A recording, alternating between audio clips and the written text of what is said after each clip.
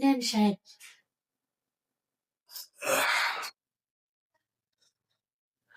এখানে বসো।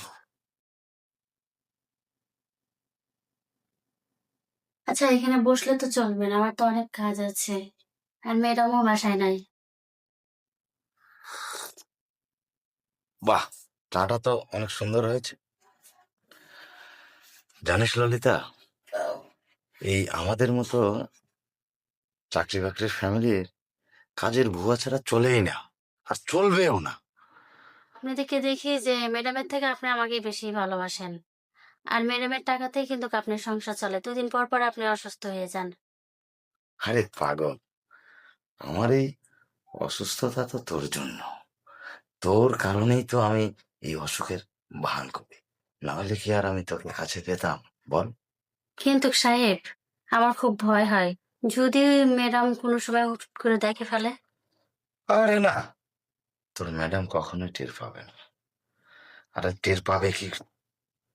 আরে তোর ম্যাডাম না কখনোই টের পাবে না। আর টের পাবে কেন? এই যে পেটে লাগে আমার এই ওটা, এই যে বলি না, এই বলে তো আমি দিনের সময়টা নিই শুধু তোর জন্য। আসলে সাহেব, আপনার না জাদু আছে। আমার এখানে এসে 3 মাস হলো। 3 মাসে আপনি যে কি করলেন আমি কিছুই ভাবতে পারি না। আরে পাগল, এতটুকু না করলে তো তুই আমার এই সংসারে টিকতে পারবি না। আরে শুধু কি গল্পই করবেন, না শুধু বসায় রেখেছেন? আরে না, শুধু গল্প করবো কেন?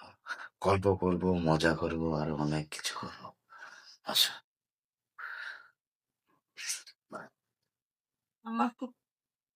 মশা, ললিতা, আপনি? ইয়ে, মানে তুমি? তার মানে এসব কি কি চলছে? না মানে সাহেব, এই তুমি আমাকে দোষারোপ করছো কেন?